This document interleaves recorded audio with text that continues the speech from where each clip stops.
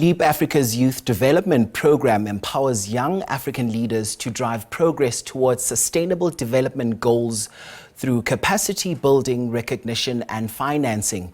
In South Africa, where 45% of working age youth are unemployed, EAP Africa aims to address the systematic issue by accelerating youth development and equipping them to become catalysts for positive change, ultimately contributing to the continent's achievement of the 2030 Sustainable Development Goals.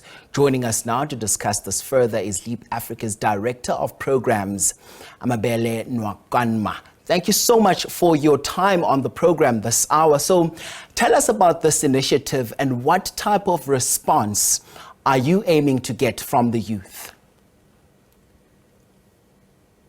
So one of our initiatives that's brought us to South Africa, and thank you so much for having me, by the way. Good morning to you.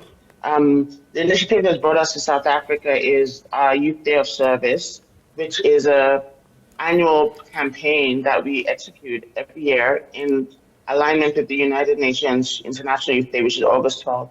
So what we do in that campaign is that we mobilize and we aim to optimize young people across Africa to take specific action to solve an SDG-related problem in their communities. So we want it to be localized, we want young people to be encouraged, to be inspired, and then to resource them to be able to do so effectively. So that's really what YDoS is about. And we're very happy to be here in South Africa to also drive that.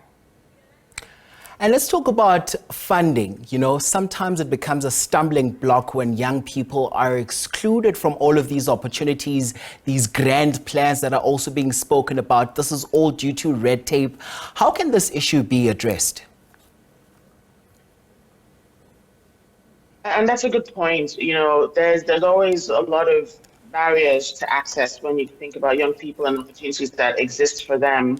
But one of the things that we try to do a lot at EAP Africa, and I think that we really put a lot of intentionality between lowering those barriers to make sure that we're trying to get as much as possible to the most underserved communities and those harder to reach communities where young people reside. In fact, the majority of young people, actually. But on the flip side of that, there's also an important aspect that this does for us. It also starts to cultivate the ability for these young people to engage with systems and structures, which is something that they will face across their lives in any country that they live. So while we do see that it can be very complex and cumbersome, the bureaucratic red tape, we try to avoid that cumbersomeness. But also on the other side, we also understand that it's important to enable young people to start to navigate and engage with these systems and structures because they will meet them throughout their life. So both sides really to help them build those skills.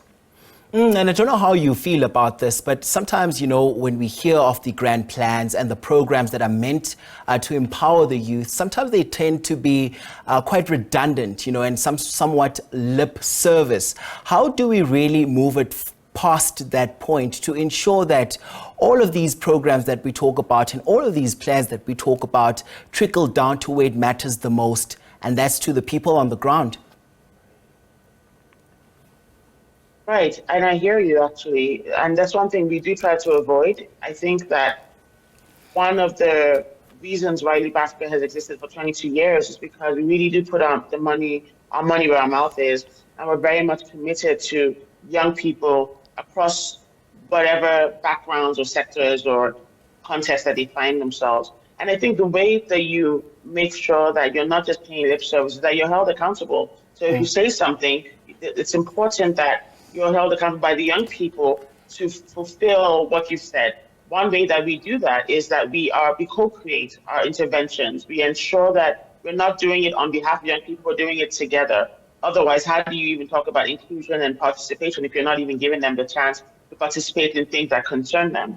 So that is one way we say, come into the room, this is what we're thinking, what are your thoughts, and let's co-create it. And it's easier to be held accountable by them for things that you're saying with them, and that's one way that we have tackled that. And also making sure that the ecosystem is accountable. So we find ourselves in spaces and places where there are a lot of young youth actors and youth enablers, so-called, and we say, what are you doing? What have you done? How can we do more? And again, we keep ourselves accountable. So there needs to be a huge accountability mechanism that is carefully followed to make sure that people are not just speaking just because it's fun and trendy, but they're actually doing what they say they'll do in action, not in words. And I'm glad that you actually just mentioned that. It's really inspiring. And I want us to also touch on the challenges that you experience with regards to fine-tuning developments and some of these programs, particularly on the ground.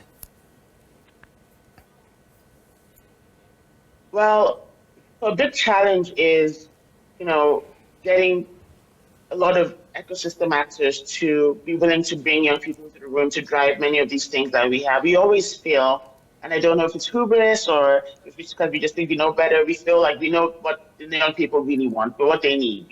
They need education, they need employment. Yes, it's true, but the ways in which these things can be, the interventions can be designed and executed, it needs their buy-in and it needs their active participation. And the challenge is that sometimes you find it difficult to reach consensus on how you're bringing young people into the room. And of course, there's also sometimes the funding constraints that come with you have an idea and the pools of funds that exist in different places, but are they being channeled appropriately to interventions that reach the most marginalized, that reach young people, that mainstream young people's issues, that empower and support young people, and not just, basically be told this is what we want you to do with this money without even consulting. So there's some challenges with designing and preliminary development of ideas and interventions and programs that we're always trying to dialogue and navigate to make sure that we're all on the same page and we are really mainstreaming and involving the people that we're trying to serve so that it's about them, not about us.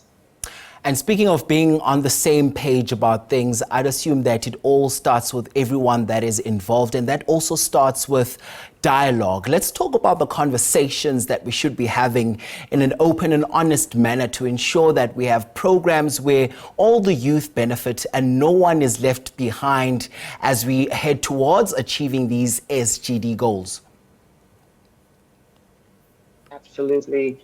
And yeah, we need to have some hard conversations. And I always say, even at my place of work at EAP Africa, I always say, let's never run away from having important, hard, difficult conversations because it actually moves the needle on what we're trying to achieve and the impact we're trying to have.